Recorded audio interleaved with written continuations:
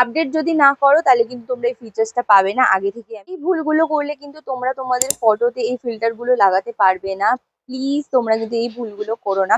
যাতে তোমরা এই ভুলগুলো না করো সেই জন্য আমি তোমাদের কিন্তু একটা লং ভিডিওর মাধ্যমে পুরো ডিটেলসটা শেয়ার করে দিচ্ছি। Hello everyone, welcome back to my channel, welcome back to a new video. তো আজকে আমি তোমাদের সাথে যে ইনফরমেশনটা শেয়ার করতে চলেছি সেই ইনফরমেশনটা কিন্তু প্রচন্ড একটা ট্রেন্ডি টপিকের ওপরে। আশা করছি তোমরা বেশিরভাগ মানুষজনই কিন্তু ইনস্টাগ্রাম ইউজ করো। আর ইনস্টাগ্রামের এই নতুন ফিচার্সটা অনেকেই কিন্তু নিজেদের ফটোতে অ্যাপ্লাই করতে পারছে না, আবার অনেকেই কিন্তু এই ফিচার্সটাই এখনো পায়নি।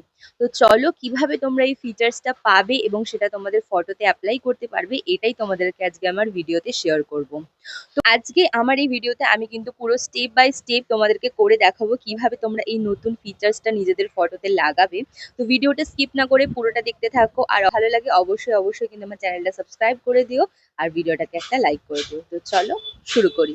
সবার প্রথমে কিন্তু তোমাদের যেটা করতে হবে সেটা হচ্ছে তোমাদের ইনস্টাগ্রামটাকে আগে আপডেট করে নিতে হবে।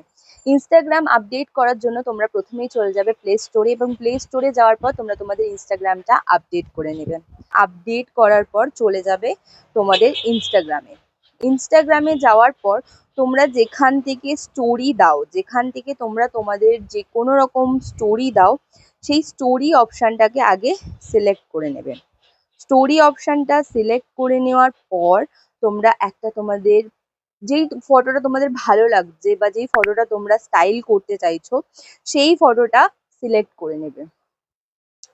সেই ফটোটা সিলেক্ট করে নেওয়ার পর তোমরা যেটা করবে, তোমরা চলে যাবে ডান দিকে রিস্টাইল অপশানে। দেখো তোমাদের ইনস্টাগ্রামে যখন তোমরা স্টোরি আপলোড করছো, সেই স্টোরি আপলোড করার সময় যেই স্ক্রিনটা আসছে সেই স্ক্রিনের ডান দিকে রিস্টাইল অপশান রয়েছে।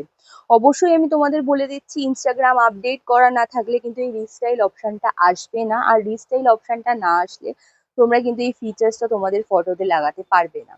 রিস্টাইল অপশানে যাওয়ার পর তোমরা চলে যাবে হচ্ছে একদম যে ফটোটা সিলেক্ট করেছো সেই ফটোটার একদম নিচের কর্নারে দেখবে একটা টেমপ্লেট মতন সাইন দেখতে পাচ্ছ। সেই টেমপ্লেট মতন সাইনটাতেই ক্লিক করলে কিন্তু তোমরা তোমাদের পছন্দের ফিল্টার পেয়ে যাবে। এখানে প্রচুর রকমের ফিল্টার রয়েছে, flash, super HD, flash 3, warm film, প্রচুর রকমের ফিল্টার রয়েছে। যেই ফিল্টারটা তোমাদের ফটোর সাথে যাচ্ছে সেই ফিল্টারটা অ্যাপ্লাই করে নেবে।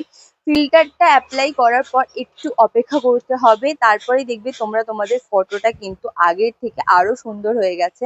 আমি এখানে প্রথমেই সুপার এইচডি ফিল্টারটা অ্যাপ্লাই করেছি, এবং দেখো সুপার এইচডি ফিল্টারটা অ্যাপ্লাই করার পর আমার ফটোটা আগের ফটোর থেকে কতটা সুন্দর হয়ে গেছে। এরকম ভাবে কিন্তু তোমরা তোমাদের ফটোতে যে কোনো ফিল্টার লাগাতে পারো, যেই ফিল্টারগুলো তোমরা চাইছো।